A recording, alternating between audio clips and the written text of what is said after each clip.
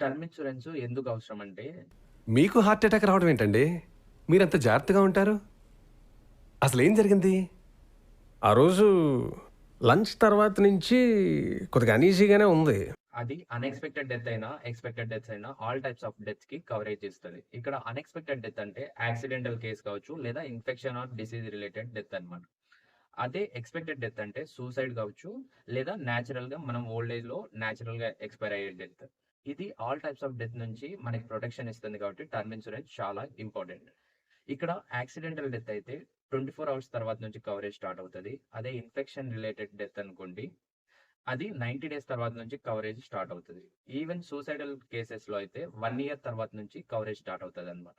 So 1 year complete అయిపోయిందంటే all types of death నుంచి మనకి కవరేజ్ ఉంటుంది. ఇంకా సింపుల్ ఎగ్జాంపుల్ చెప్పాలంటే మనందరం ఈఎంఐ లైఫ్ లీడ్ చేస్తున్నాం. ఎందుకంటే పెళ్లి కావాలంటే ఇల్లు ఉండాలనేసి అందరూ హోమ్ లోన్కి వెళ్తున్నారు ఎర్లీ ఏజ్ లోనే.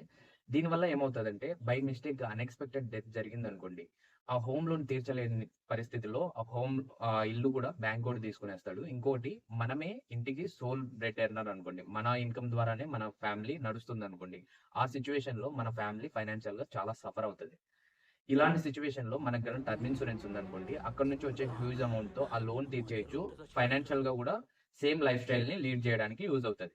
సింపుల్ ఎగ్జాంపుల్ చెప్పాలంటే, ఇన్ కేస్ ఆఫ్ బాయ్స్ ఫ్యామిలీలో ఏంటంటే, ఒక తండ్రి తన బిడ్డల్ని ప్రయోజకులను చేసుకోవడం కోసం చాలా కష్టపడి ఎన్నో అప్పులు చేసుకునేది తన పిల్లల్ని పెంచుకొని ప్రయోజకులను చేసుకుంటాడు. బై మిస్టేక్ గా ప్రయోజకులైన కొడుకు అన్ఎక్స్పెక్టెడ్ గా చనిపోతే అంత అప్పు ఆ తండ్రి తీర్చలేడు కదా.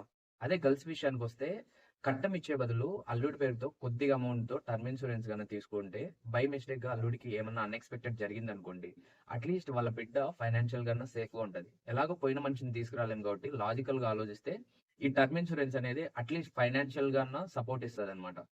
ఇంకొకటి ఏంటంటే, దేవుని దయ వల్ల ఏం జరగలేదు, న్యాచురల్ డెత్ అయింది అనుకోండి, ఓల్డ్ ఏజ్ లోనే చనిపోయారు అనుకోండి, అప్పుడు ఏమవుతుందంటే ఈ అమౌంట్ ఏదైతే కవరేజ్ టర్మ్ ఇన్సూరెన్స్ తీసుకున్నారో ఆ అమౌంట్ మీ మనమడు మనవరాలకి యూజ్ అవుతుంది అనమాట. ఎలాగంటే, పుట్టిన ప్రతి ఒక్కరు చనిపోక తప్పదు కాబట్టి అప్ టు 80 ఇయర్స్ గన మీరు పాలసీ తీసుకుంటే 75+ ఇయర్స్ లో మనం న్యాచురల్ గా చనిపోతాం. ఆ అమౌంట్ మన మనమడికి మనమరాలకి వస్తుంది. ప్లస్ ఇది డెత్ రిలేటెడ్ బెనిఫిట్ కాబట్టి ట్యాక్స్ ఫ్రీ అనమాట. దానికి తోడు ఈ ఫ్లైట్ జర్నీ చెస్ట్లో హెవీగా ఉంటే ఏదో గ్యాస్ పైన అయి ఉంటుంది అనుకున్నా. దిగిన తర్వాత ఏదైతే ఈనో ఏదో ఒకటి తాగాను. కార్ డ్రైవ్ చేస్తుంటే ఈ ఎడంచి విపరీతంగా లాగడం మొదలైంది. నాకు అర్థమైపోయింది, నా పని అయిపోయిందని అనిపించింది. ఈ లాక్ ఓపెన్ చేయాలనుకుంటున్నాను, డోర్ ఓపెన్ చేయాలనుకుంటున్నాను, కానీ ఎవరన్నా హెల్ప్ చేస్తే బాగున్నా అనుకుంటున్నాను. కానీ నేనేం చేయలేకపోతున్నా. Was not able to do anything అనమాట. అదిగో అప్పుడు వచ్చాడు టైం కథనం. అద్దం బద్దలు కొట్టడం, హాస్పిటల్కి తీసుకెళ్ళడం అన్నీ నాకేదో ఒక కమ్మెంట్ గోలా తెలుస్తుంది అంతే. నా పెళ్ళం, పిల్లలు, తమ్ముళ్ళు, వాళ్ళ పిల్లలు అంతా చిన్నవాళ్ళు.